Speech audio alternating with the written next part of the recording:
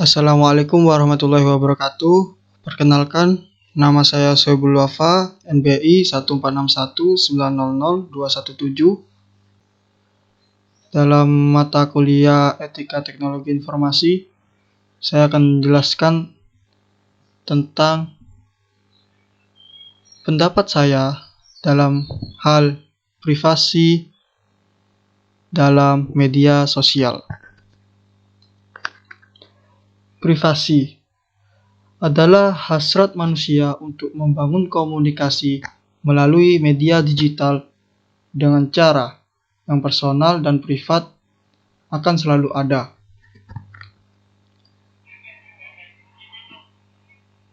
Dengan adanya privasi, seseorang dapat menentukan bagi diri mereka sendiri mengenai kapan, bagaimana, dan sejauh apa informasi tentang diri mereka dibuka kepada orang lain. Pendalaman dari arti privasi. Privasi juga disebut sebagai pembatasan diri atau self-boundary, menjadi kata kunci dalam privasi. Tidak hanya mengenai ketertutupan diri, pembatasan diri dalam privasi juga melingkupi keterbukaan diri. Privasi adalah proses dialektika antara menutup dan membuka diri dalam proses interaksi seorang individu dengan lingkungan sosialnya. Hal ini didasari oleh kebutuhan manusia untuk bersosialisasi secara terbuka, sekaligus memiliki otonomi pribadi atas diri secara simultan. Penekanannya ada pada bagaimana keputusan mengenai menutup atau membuka suatu informasi itu dilakukan. Karena pada dasarnya manusia itu makhluk sosial. Jadi, untuk melakukan sosialisasi, maka ada hal yang harus terbuka untuk dipahami oleh lawan bicara kita nantinya. Karena tidak mungkin kan kalau kita bersosialisasi tapi lawan bicara kita tidak tahu apa yang harus diucapkan kepada kita. Tentu saja ada hal-hal yang bisa lawan bicara kita pahami tentang kita, entah itu kebaikan kita ataupun keburukan kita. Jadi pada dasarnya privasi ini adalah proses dialektika antara menutup atau membuka diri.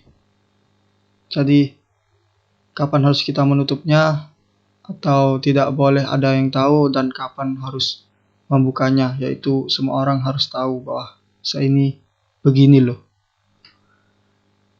Westin mencatat bahwa privasi terjadi dalam 3 level, yaitu level individual, level kelompok, dan level organisasi atau institusional. Untuk gambarnya itu hanya pelengkap saja, tidak sinkron ternyata. Dalam konteks penggunaan media sosial,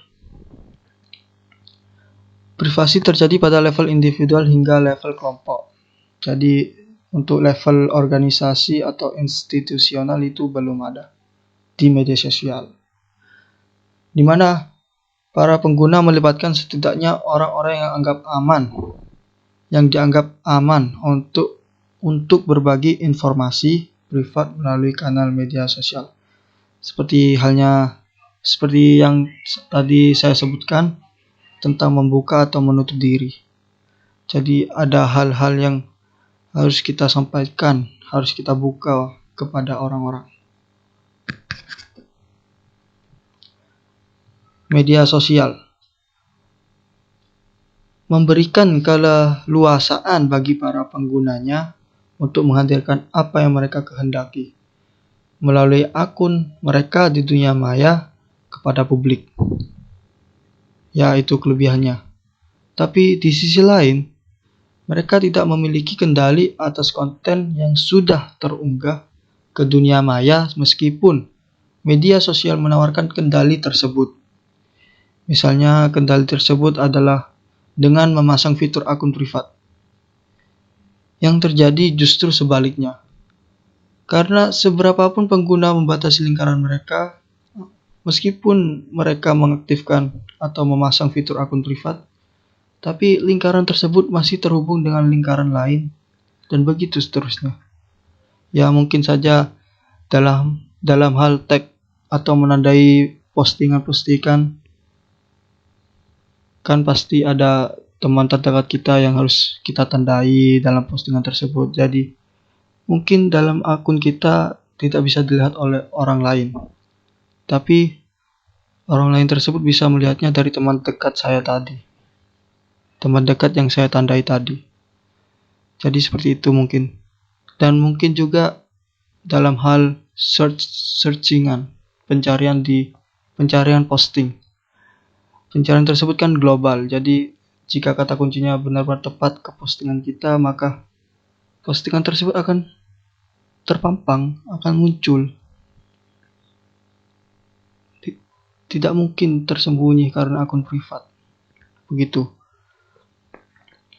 Lalu hal kecil mengenai privasi.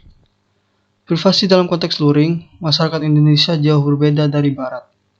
Privasi yang dimaksud adalah di Barat mulai dari kecil sudah diberi kamar yang berbeda dari orang tuanya untuk saling menjaga privasi dan sekaligus menumbuhkan kesadaran privasi mulai dari kecil.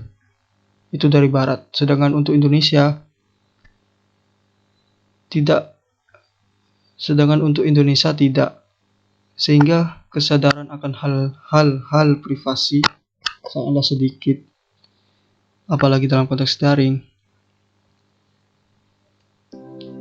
Ya, menurutku itu adalah pendapat saya tentang privasi, mengenai privasi dalam media sosial.